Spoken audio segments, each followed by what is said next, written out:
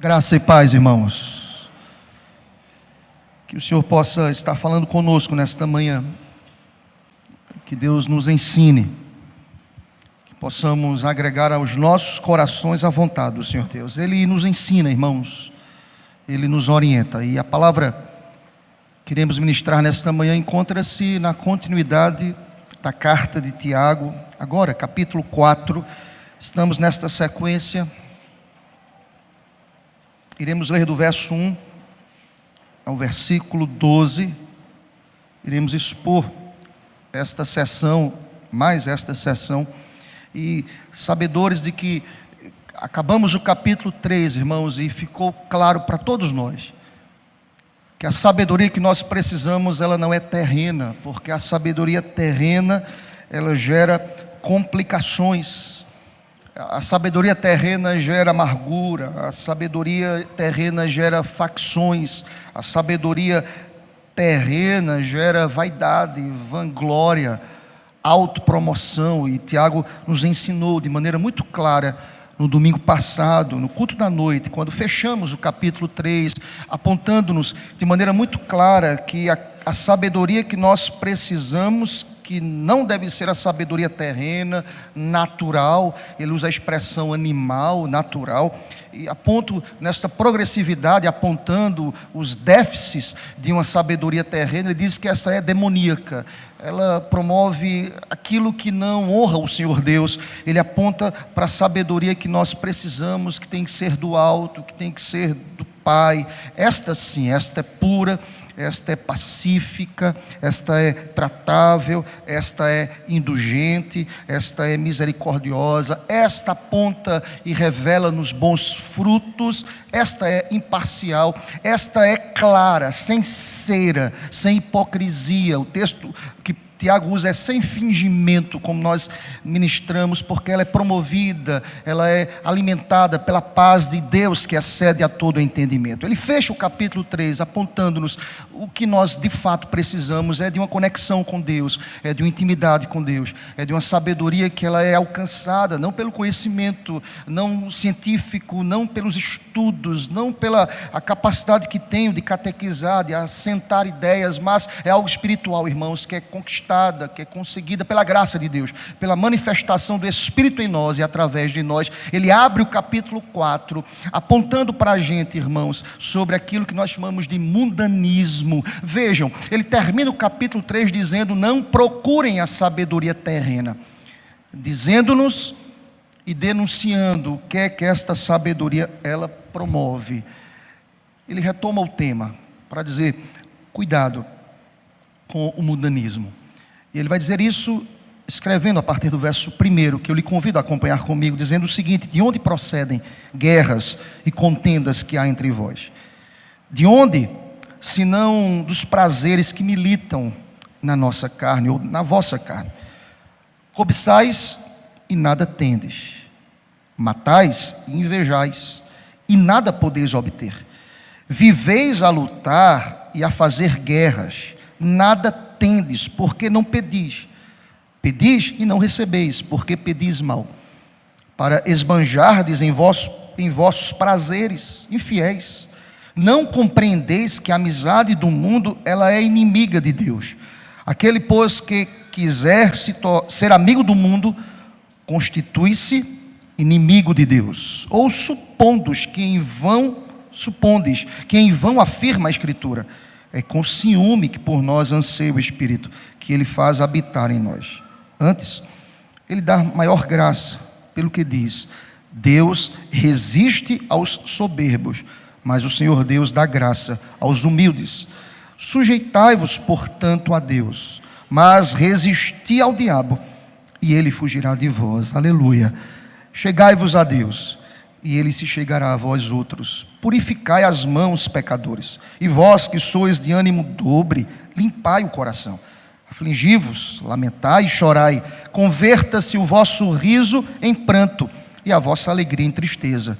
Humilhai-vos na presença do Senhor, e Ele vos exaltará. Irmãos, não faleis mal uns dos outros. Aquele que fala mal do irmão ou julga a seu irmão, fala mal da lei e julga a lei. Ora, se julgas a lei, não és observador da lei, mas juiz. Um só é legislador e juiz, aquele que pode salvar e aquele que pode fazer perecer. Tu, porém, quem és que julgas o teu próximo? Que Deus aplique esta palavra às nossas vidas. Amém, Senhor. Irmãos, Tiago agora vai tratar sobre aquele espírito mundano. Tiago levanta-se aqui para denunciar o mundanismo. Ou seja, Tiago aponta para a gente aqui as dificuldades daquelas pessoas que amam o mundo. Ou melhor, vivem de acordo com o mundo, tomam a forma do mundo. Interessante, irmãos, como a similaridade de textos bíblicos, porque quando eu estava estudando sobre essa perspectiva, esse pano de fundo de amar o mundo, de pronto eu lembrei das palavras do apóstolo Paulo, que nós não podemos tomar a forma do mundo, nós devemos transformar o mundo. Tiago levanta-se aqui para, de fato, apontar os riscos em se tornar parecido com o mundo, em ter a forma do mundo. A ideia aqui de Tiago é que nós não podemos trazer à baila um espírito que é antigo, que deste nós já fomos libertos pela graça do Senhor Deus. Há muitas pessoas que procuram viver de acordo com o mundo, que procuram ter um comportamento que não agrada ao Senhor Deus. E percebam, olha como ele abre esta sessão aqui no versículo 1, dizendo: de onde procedem guerras e contendas que há entre vocês? De onde procede? Tiago vai apontar aqui e responder essa pergunta. A intenção de Tiago com esses versículos que se sucedem aqui, irmãos, é destacar de onde procedem isso. Ele vai nos dizer, irmãos, que diante das tentações que se levantam diante da nossa caminhada cristã, ele aponta primeiro para a tentação que está em nós. Ele vai tratar sobre aquilo que é interno, ele vai tratar sobre a carne, ele vai tratar sobre uma luta que muitos de nós não conseguimos enxergar, é interna, é pessoal. Quem sabe ela já foi travada nesta manhã na tua alma, no teu coração, antes mesmo de chegar no templo hoje. É uma luta interna, é carne, é mortificar a carne. Ele vai trazer e apontar para a gente que esta tentação está dentro de nós. É uma luta e uma guerra que nenhum de nós podemos escapar. Todos os dias nós enfrentamos isso, irmãos. Todos os dias somos tentados de várias formas. O ente mental, primeiro nos aponta, nos diz, sinaliza para a gente, mas ele fala não apenas das tentações internas, mas ele responde de onde procedem as guerras. Ele irá nos dizer também e apontar para a gente que há tentações que são fora de nós. Se não bastasse aquilo que é interno, aquilo que é pessoal, aquilo que é intransferível, aquilo que nós enfrentamos todos os dias, ele nos diz na resposta à pergunta levantada neste verso 1, que há tentações que estão fora de nós, e ele aponta para a gente dizendo o mundo e o diabo. Ele aponta mais duas tentações que estão aí constantemente fazendo guerras e guerras contra o povo de Deus. E nós iremos responder, irmãos, dizendo justamente o que Tiago disse, sem acrescentar nada, mas extrair do texto. De fato, o que é que Tiago quer nos dizer nesta manhã? Convido-lhe a olhar comigo o que nos diz a palavra. Primeiro, há uma tentação que está dentro de nós. Observem, do verso 1 ao verso 3, ele vai dizer e apontar exatamente aquilo que acontece em nosso interior. Todos nós passamos por isso, irmãos, todos nós. Quem sabe, antes de chegar na igreja hoje, você foi tentado. Como assim, pastor? Acordei nesse instante. Você já foi tentado. Há uma luta que já começou no teu interior, na tua mente. Por exemplo, tem gente que está aqui na igreja, mas já é tentado para mexer no celular na hora do sermão. Isso é tentação pessoal. Já começa uma luta aqui, ó. Pá. Se você estava mexendo, assim, acho que o pastor me viu mexendo. Quem sabe, né? Deus sabe. Você percebe que é pessoal? Você percebe que é uma luta que nós muitas vezes não entendemos? Vejam, ele vai dizer isso, de onde, se não, olha para o texto, versículo 4, ele vai dizer que é algo pessoal, que os nossos desejos estão contaminados, estão deteriorados, e nós conhecemos a teologia, desde que o pecado está no mundo. Olha o que ele vai dizer no verso 1, De onde? Senão dos prazeres que militam na nossa carne. Quando foi inaugurado isso, irmãos? Com Adão. Toda raça humana, por natureza, toda raça humana, nasce em pecado. Há uma inclinação para a carne. Todos nós. Eu disse domingo passado, pensa na pessoa mais piedosa que você conhece. É tentada. Pensa na pessoa mais de oração que você conhece, assim, esta é uma pessoa de oração, é tentada. Esta é uma semente que nós carregamos. E percebam, todas as esferas da vida estão marcadas por esta luta, por esta tentação.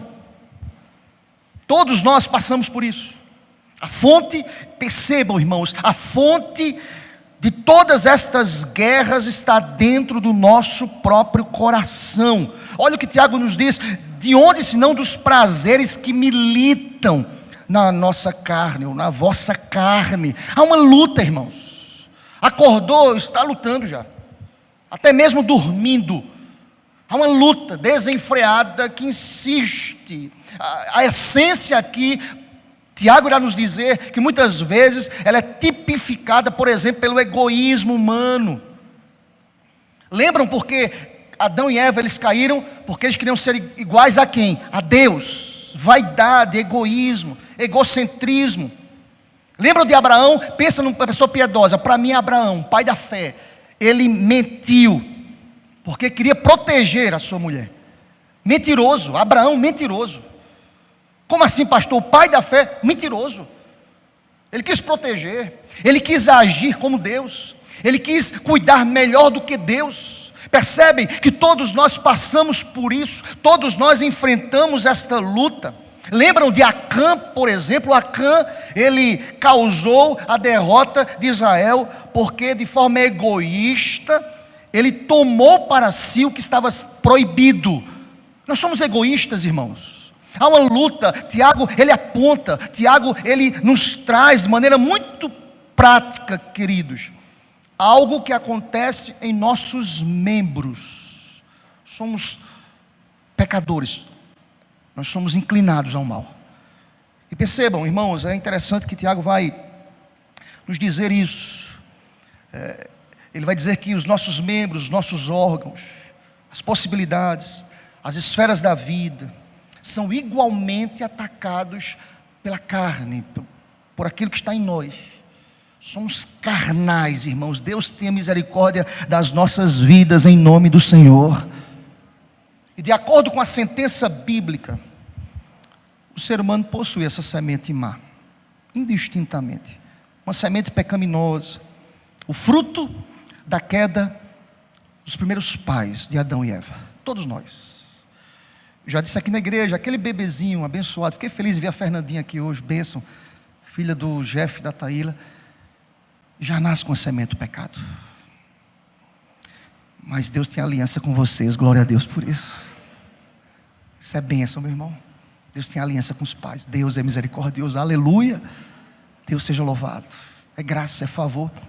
Todos nós nascemos com esta semente. Percebam, irmãos, é a Bíblia que fala que o homem tem um coração de pedra. E só Deus é capaz de fazer um transplante cardíaco que salva. Só Deus, aleluia.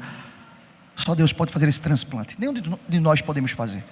A igreja não pode fazer, a religião não pode fazer. Mas perceba, vamos olhar aí, queridos, para o texto, porque o texto diz que faz parte desta luta. Todos nós atravessamos esta luta, esta ferrenha luta. E percebam, muitas vezes por autoafirmação, por realizações humanas, por forças intelectuais, por tantas outras coisas, os nossos olhos, os nossos ouvidos, a nossa fala, as nossas mãos, os nossos pés, os nossos órgãos sexuais. Sim, se Deus não nos purificar, todos nós estamos inclinados ao mal. Em suma, se você é dicotomista, corpo e alma, tá certo? Estamos influenciados por isso. Se você é tricotomista, não sei, corpo, alma e espírito, você divide em 3 partes.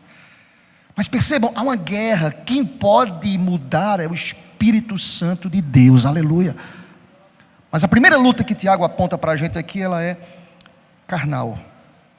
Ela está em nós. Vejamos, versos 2 e 3, diz assim: cobiçais, percebam, e nada tendes. O que é cobiça, irmãos? Cobiça é uma avidez insaciável e egoísta. Vocês cobiçam, vocês querem mais, cada vez mais, são egoístas. Quanto mais tem, tanto mais deseja possuir. Ele denuncia isso. Isso é interior, irmãos. Não tem como medir isso, não tem como calcular, não tem como, olhando para vocês, nem vocês olhando para mim, qual é o nível e o grau do egoísmo e do desejo incansável, insaciável de cada um aqui. Mas Deus sabe.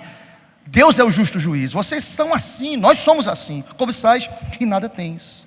Matais. Olha o que Tiago diz aqui: matais, invejais e nada podeis obter. Olha a expressão usada por Tiago: matais. Irmãos, o ser humano é capaz de servir veneno para o outro, quando deseja uma coisa, de passar por cima. Veja que sentimento terrível, deplorável do ser humano. É capaz de passar por cima, é capaz de pisar. Por quê, pastor? Por causa dos seus próprios interesses. Às vezes, nós encontramos isso até dentro das igrejas, porque tem interesses, tem desejos. Olha, Tiago vai dizer mais: viveis a lutar e a fazer guerras. Viveis a lutar e a fazer guerras. Percebam, irmãos, ele vai dizer: nada tendes. Esta luta que é muito pessoal. Sabe qual é o resultado disso, irmãos? Desta luta que é promovida pela carne, não leva a nada. Porque 3 vezes aqui é dito, eu chamo a sua atenção para esse verso 2, 3 vezes: não tendes nada, não alcançais nada e não recebeis nada. Não traz produção, irmãos, não traz frutos. Vocês percebem isso no texto aí? Vejam, repito: não tendes nada, não alcançais nada e não recebeis nada. Retornam onerados de pecados e insatisfeitos. Por mais que você busque, por mais que você arrume, e vez por outra eu encontro isso, pessoas que tentam arrumar, ajeitar, tentam cortar caminho, jeitinho brasileiro, não vai, meu irmão. Não recebe nada, não promove nada, não agrega nada. Vocês percebem, irmãos, que a tal ponto que há uma ideia até de piedade aqui no texto, de oração, mas é um pietismo, porque ele vai dizer o seguinte: olha comigo, final do versículo 3, ele diz assim, versículo 2: porque não pedis, mas tem quem pede, tem quem ore até, é mau, é ganancioso, a carne está ali militando e ganhando espaços em seus desejos, mas eles pedem. E olha o que Tiago diz: pedis e não recebeis. Por quê? Porque vocês estão pedindo mal. Porque o pedido é egoísta. Sabe o que vocês estão pedindo? Porque vocês querem aquilo que vocês colocaram no coração de vocês. E ele vai dizer o seguinte: para esbanjardes em vossos prazeres. O que você procura não é para promoção do reino. O que você procura é para o seu prazer, é para a sua glória, é para os seus objetivos, irmãos.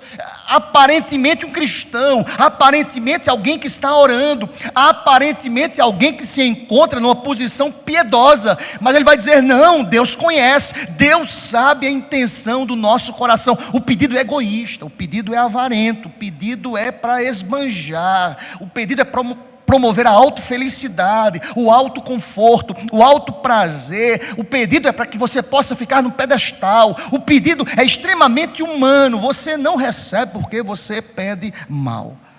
A primeira coisa que o texto diz é que é uma luta. Olha para a pergunta inicial: de onde procedem as guerras? Primeiro, de onde? De nós mesmos, da carne. Vocês percebem que nós terceirizamos isso muitas vezes? Nós queremos encontrar culpados. Só lembro de Adão e Eva. Por que você comeu fruto? Foi a mulher que me destes. Ele não reconheceu a luta. Começou ali a luta do homem. Mulher, foi a serpente. Em síntese, o problema é de Deus aí. A culpa é de Deus. Porque se foi a mulher que me destes, se foi a serpente que o Senhor criou, o Senhor é o culpado de tudo. Nós terceirizamos. Eu estou aqui nesta manhã para lhe dizer que nós precisamos primeiramente resolver as demandas que se encontram no nosso coração, em nome de Jesus. Muitas vezes eu estou me auto-sabotando. Em nome de Jesus, entenda, a primeira luta é pessoal. Eu tenho dito aqui à igreja, você quer ser um crente abençoado, resolva suas demandas pessoais. Você quer ser um bom marido, resolva suas demandas pessoais. Você quer ser uma boa esposa, resolva suas demandas pessoais. Quer ser um bom filho, resolva. E Paulo vai dizer, mortifique a carne, mate essa carne todos os dias, para que o Espírito seja vivificado em nós, para a glória de Deus, aleluia, amém. Não apenas aquilo que está dentro de nós, resolvido essa demanda, Tiago vai caminhar, dizendo, há também uma luta que está fora de nós, mais duas, entre elas, o mundo. Primeiro ele diz assim, resolva suas demandas, porque só vai dizer não ao mundo, se você resolve sua demanda pessoal com Deus. Tem gente que não se consagra e quer vencer o mundo. Eu tenho uma péssima notícia, vai cair, vai amar, vai desejar, vai se relacionar, vai ser amigo, e vai dizer, é tudo normal pastor, é relativo isso, é tranquilo, tem como ser amigo do mundo, tem como viver amistosamente com o mundo. Presta atenção, houve uma ruptura na tua vida, quando Deus diz, eu estou alicerçando e selando o Espírito Santo na tua vida, você é nova criatura, aleluia, você é diferente do mundo agora, você vive no mundo, mas você não é mais desse mundo, aleluia. E ele vai dizer e apontar para a gente que é uma tentação que está fora de nós. Em que lugar, pastor? Versículo 4. Olha como Tiago começa o versículo 4. Eu lhe convido a estar lendo comigo bem forte, queridos. Versículo 4, toda igreja. Infiéis, não compreendeis que a amizade do mundo é inimiga de Deus? Aquele, pois, que quiser ser amigo do mundo, constitui-se. Você entendeu a palavra de Deus, amém? Esse é o texto, não precisa nem explicar, meu irmão. Esse é aquele texto, entendido, Senhor Deus, muito obrigado. Está aqui minha mãozinha, 2 palmatórias aqui na minha lado direito, 2, quem é das antigas, né? E 2 na esquerda. Se tiver algum psicólogo pós-moderno, vai dizer, misericórdia. Vai ler Provérbios. Você percebe, irmãos? Eu sou um réu confesso. Sou pecador. Eu preciso entender que eu só venço o mundo se eu tiver uma intimidade profunda com Deus. Eu preciso resolver primeiro a minha demanda. E deixa eu explicar uma coisa, irmãos. O que é mundo aqui? Mundo é a sociedade humana com seus valores, seus princípios, suas filosofias, vivendo a parte de Deus. É o sistema que rege o mundo. E o sistema que rege o mundo lá fora é anti-Deus. Eu quero que você entenda isso. Se o mundo valoriza a riqueza, aquele que está envolvido e tomando a forma do mundo começa agora a valorizar a riqueza também. Se o mundo valoriza o prestígio, nós começamos a valorizar o prestígio. Há uma tendência natural do homem carnal de assimilar esses valores do mundo. Mas o texto diz que se você se torna amigo do mundo, você gradativamente vai se afastando de Deus, se torna inimigo de Deus. Você é contaminado pelo mundo, você ama o mundo, querido, e você começa a se afastar de Deus. Eu, como pastor, nesses meus 21 anos como ministério pastoral, tenho visto isso, irmãos. Pessoas que entram aqui amando o Senhor, o primeiro amor, envolvido com o trabalho, amam o Senhor, não perde os trabalhos da igreja. Quando o pastor diz, vamos trabalhar, diz assim, pastor, conte comigo. O tempo passa, mas o mundo começa agora a tomar a forma, ou ele começa a tomar a forma do mundo, já se afasta, já diz, pastor, tenho muitas demandas, pastor, já não dá mais. Deus, olha, eu estou muito ocupado. Se eu tiver tempo, porque está muito envolvido, o coração está petrificado, a alma está letárgica, o compromisso não é mais o mesmo. A pessoa começa a se envolver com as coisas do mundo, começa a entender que a amizade com o mundo é até interessante. Digo-lhes nesta manhã, quem se torna amigo do mundo se constitui inimigo de Deus. Nós fomos chamados de amigos de Deus. Você é amigo de Deus, sabe por quê? Porque Ele nos amou primeiro, aleluia. Nós somos novas criaturas. E nós devemos entender que agora nós não temos mais nenhuma relação com o mundo. Eu fiz um paralelo, irmãos, do verso 4, capítulo 4, ao que João escreveu na sua primeira epístola, capítulo 2, versos 15 a 17, há uma similaridade dos textos, porque João vai dizer o seguinte: não amem o mundo, 1 João 2, 15, nem o que nele há. Se alguém amar o mundo, olha o que diz a palavra. Eu acho que João aqui é muito mais profundo aqui. Ele vai dizer o seguinte: o amor do Pai não está nele. Pois tudo que há no mundo, e ele traz a relação, a cobiça da carne, a cobiça dos olhos, a ostentação dos bens, isso não provém de Deus, mas do mundo. O mundo e a sua cobiça passam, mas aquele que faz a vontade de Deus, este permanece para sempre. Se você crê nessa palavra, diga amém. Eu creio. Quem faz o que é a vontade de Deus. Irmãos, vejam bem, eu vou terminar esse segundo ponto dizendo o seguinte ao teu coração: o efeito nefasto desta amizade com o mundo. Sabe qual é? O efeito mais nefasto da amizade com o mundo é que a pessoa se torne inimiga de Deus. Que terrível isso, irmãos. E aí, pasmem, eu vou repetir, o texto está sendo ministrado para a igreja. Que absurdo, gente. É isso mesmo. O texto está sendo escrito para a igreja. Sabe o que o diabo quer dizer? Tem muita gente na igreja que está flertando e tendo amizade com o mundo. Percebam, irmãos, isso é muito sério. É a palavra de Deus que nos diz: horrível coisa é cair nas mãos do Deus vivo. Tem gente tendo amizade com o mundo, irmãos. Permitam-me. Falo isso com muita paz no meu coração, com muito amor, com muito cuidado pastoral. Eu quero lhe dizer nesta manhã que a amizade com o mundo é uma espécie de adultério espiritual. Você está adulterando. Pastor, adultério espiritual. Porque como noiva, nós temos um compromisso com o noivo, louvado seja Deus. Você entende isso? Amém? Nós temos um compromisso. O noivo é Jesus, a noiva é a igreja. E este compromisso tem que ser um compromisso até o fim, aleluia. E tem muitas pessoas flertando. É impressionante. E vejam que nós temos um noivo cuidadoso. Olha o verso 5. Um noivo que expressa para a gente esse amor e cuidado. A expressão usada aqui, ciúmes, traz a ideia de desejo amoroso, de ter inteiramente a pessoa amada. Nada pode dividir a atenção deste ser amado. É como Jesus disse: não pode agradar a dois senhores. Jesus é claro em sua palavra, lá no Sermão do Monte. Olha para o verso 5: ou supondes que em vão afirma a Escritura, é com ciúme que por nós anseia o Espírito que Ele fez habitar em nós. Aponta para isso. Você não tem como agradar a dois senhores, você vai aborrecer um e agradar o outro. Percebam, irmãos, Jesus, Ele traz lá no Sermão do Monte esta realidade.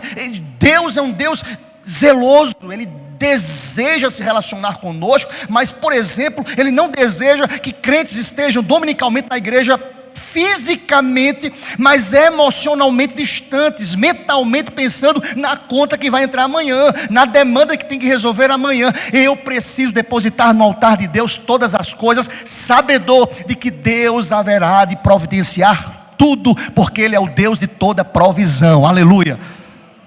Eu não posso dividir a atenção. Isso é um adultério espiritual. Como assim, pastor? Se eu entro no culto, estou fisicamente no culto, mas minha mente está viajando,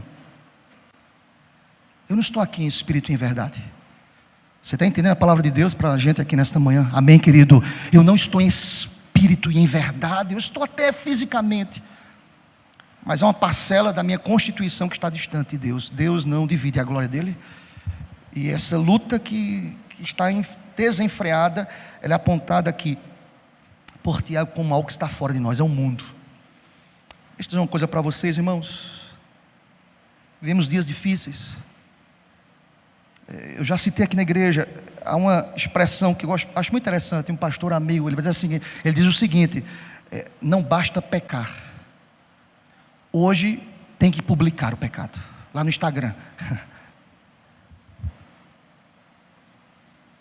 Quantas pessoas estão fazendo as mesmas coisas que o pessoal do mundo, eles fazem? Eu já ouvi argumentos da seguinte forma: eles que são fracos na fé. Eu sou forte. Olha que pensamento mútuo, de reciprocidade. Eu estou bem com Deus, isso não me afeta. Eles que são fracos na fé. Se eles se escandalizam, são fracos na fé. Não, irmãos. Paulo já resolveu essa demanda. Se você come carne sacrificada, isso não mexe com o teu compromisso com Deus. Mas se teu irmão se escandaliza, deixa de fazer. Você está entendendo, irmãos? Percebam que sorrateiramente as coisas do mundo vão entrando, vão dominando. O crente vai tomando a forma e vai achando tudo muito bonito e tudo muito normal. Presta atenção, querido. Quem quer ser amigo do mundo, legal com o mundo, amistoso com o mundo, ter relação com o mundo, percebam, aqui eu não estou negociando o princípio da missio Dei, da missão de Deus, que é salvar, que é trazer regeneração, que é mudar o ambiente, que é ser luz, que é trazer sabor e ser sal, nada disso. Mas a ideia aqui de Tiago é: não tome a forma, não ame este mundo, não sinta prazeres com este mundo, porque diferentemente do mundo, nós somos santos em nome do Senhor. Nós somos filhos de Deus, filhos da aliança. Seja Deus glorificado para sempre, amém. Percebem? Uma luta que há dentro de nós, mas das duas lutas fora de nós, ele diz, o mundo. Se não bastasse, há uma última luta aqui, o diabo, irmãos. Se não bastasse um mundo com seus conceitos, com as suas filosofias, há um capeta que não cansa, fica o tempo todinho perturbando, tentando, colocando, destruindo. Qual é a missão de Satanás, irmãos? Matar, roubar e destruir, desconstruir o que foi construído por Deus, irmãos. Tem um capeta que não cansa, fica lá o tempo todo. É a segunda luta exterior, está aí, ao nosso derredor.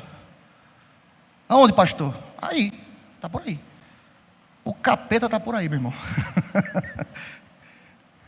Tem uma historiazinha que diz que no interior, que não foi em Caruaru, quero deixar bem claro, mas em um interior, que estava tendo carnaval, e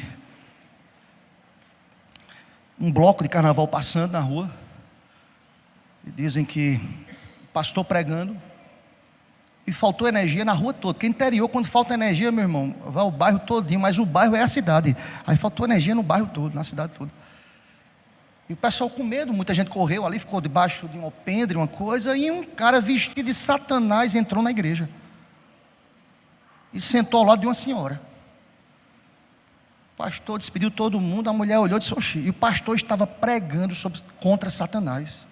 Resistir ao diabo, ele fugirá de vós. O capeta, aí tem que pisar, afastar, expulsar. E ele detonou o capeta. Era o papel dele, o capeta vem para fazer isso mesmo. Expulsa esse demônio. E quando prega energia, falta na cidade toda. Pum! O capeta entra. O capeta travestido, né, irmãos? Não é o capeta mesmo. O cara vestido de capeta lá. Rabinho. Eu não sei por que bota essa imagem do capeta. Mas lá, aponta, sentou do lado. E todo mundo correu para saber o que estava passando fora da igreja. E a irmã era uma senhorinha, bem senhorinha. Ele senta ao lado da mulher assim, opa, tudo bom? Ela disse, ó, diabo, é o seguinte, o pastor não gosta do senhor não, viu? Eu nunca falei mal do senhor. Nunca na minha vida. Deus é minha testemunha, nunca falei mal do senhor. Nunca nada, o pastor é muito duro aqui dessa igreja. Eu prometo ao senhor, sempre lhe tratei com muito respeito. Misericórdia. Aí alguém já disse assim, o capeta é o primeiro a chegar na igreja. Para desvirtuar, para chamar a atenção. Eu vou explicar para você, para tirar a glória do Senhor. Quando a glória é tirada do Senhor, ela não é creditada à pessoa certa. Você está entendendo isso, meu irmão? Por exemplo, quando nós estamos num lugar em que a glória não é do Senhor, está errado. Neste lugar, um só deve ser glorificado. Não a nós, mas ao teu nome nós rendemos toda a honra e toda a glória em nome de Jesus. E sabe como Tiago vai dizer essa guerra fora de nós? Não é como essa senhora na igreja, não. Eu nunca falei mal do Senhor, capeta. A gente fala, não é mal não, a gente repreende. Porque Tiago vai dizer o seguinte, verso 6, acompanha comigo. Antes, olha a lógica do texto, ele quer se relacionar, ele tem desejo de se relacionar conosco de maneira completa, não parcial. Sabe por quê? Porque antes, olha o texto, ele dá maior graça, maior favor, pelo que diz: Deus resiste aos soberbos, mas Deus, ele dá graça aos humildes. Vamos ler juntos, verso 7, toda a igreja. Sujeitai-vos, portanto, a Deus, mas resisti ao diabo, e ele, seja Deus louvado para sempre. Vocês percebem que a lógica aqui, eu só posso resistir ao diabo se eu estiver na dependência de Deus. Se eu estiver na dependência de Deus. Eu vou dizer para você, querido, não invente expulsar demônio aí, se você está com sua vida toda troncha. Primeiro peça perdão a Deus. Entendeu? Eu já conheço histórias e mais histórias de pessoas que tentaram expulsar demônio. O diabo disse assim: quem? Você? Você transa com sua namorada, rapaz? Quem é você? O diabo escancarou. Ele não pode ler o pensamento, mas ele vê o que acontece. E eu estou falando isso de algo muito que aconteceu de pessoas conhecidas. Eu já disse na igreja que o noivo foi expulsar o demônio do sogro. O sogro não era crente, o noivo era crente. E o sogro ficou possesso. Chama quem? O genro, porque é crente. E quando chama o genro para expulsar o demônio na casa lá, a sogra recém-convertida, o sogro perdido, cachaceiro, perdido. O genro diz lá: sou eu. Mas só que o genro não acertou as contas com Deus. E chegou e disse: eu te repreendo de Satanás. Quem? Você? Você transa direto aí com sua noiva. O que é que o noivo fez? Ele podia ter ali: Deus, eu sou um pecador, tem misericórdia de mim, eu erro, Deus me perdoa, me purifica, mas pela tua misericórdia, que o Senhor possa expelir esse demônio. Sabe o que ele fez? Ele sentou envergonhado no sofá. A sogra levantou, recém-convertida, e expulsou o demônio lá com autoridade, que não tinha nem experiência, uma neófita na fé, e expulsou o demônio. Aí ele disse assim: meu filho, com você eu converso já já. Eu expulsei o demônio do meu marido, agora com você eu converso já já, viu? Seu fariseu. O cara foi envergonhado. Irmãos, presta atenção, resistir ao diabo diz respeito a ter vida com Deus, a ter intimidade com o Senhor. Não é religiosidade, é intimidade. Porque essa tentação, o diabo está fora de nós. Eu lembro-me de Paulo, em 1 Timóteo 3,6. Ele vai dizer o seguinte: não pode ser recém-convertido, para que não se ensoberbeça e caia na mesma condenação em que caiu o diabo.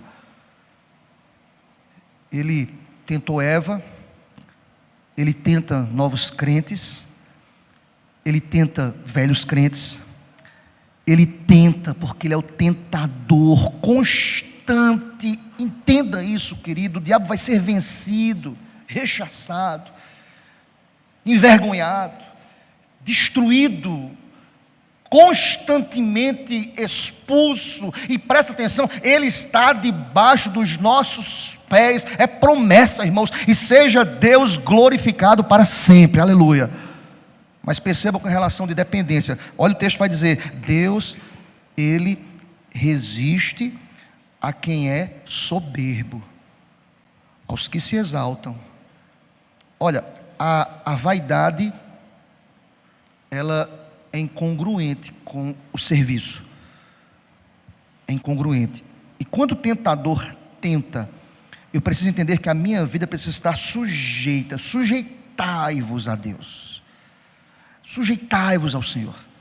Para quê? Para que o diabo fuja, bata em retirada, se sinta acuado por alguém que depende de Deus. Percebe que, em síntese, em suma, a glória de Deus, o poder é de Deus, é no nome do Senhor. E percebam, o verso 7 irá dizer: sujeitem-se a Deus. Tem que ser a Deus, irmãos.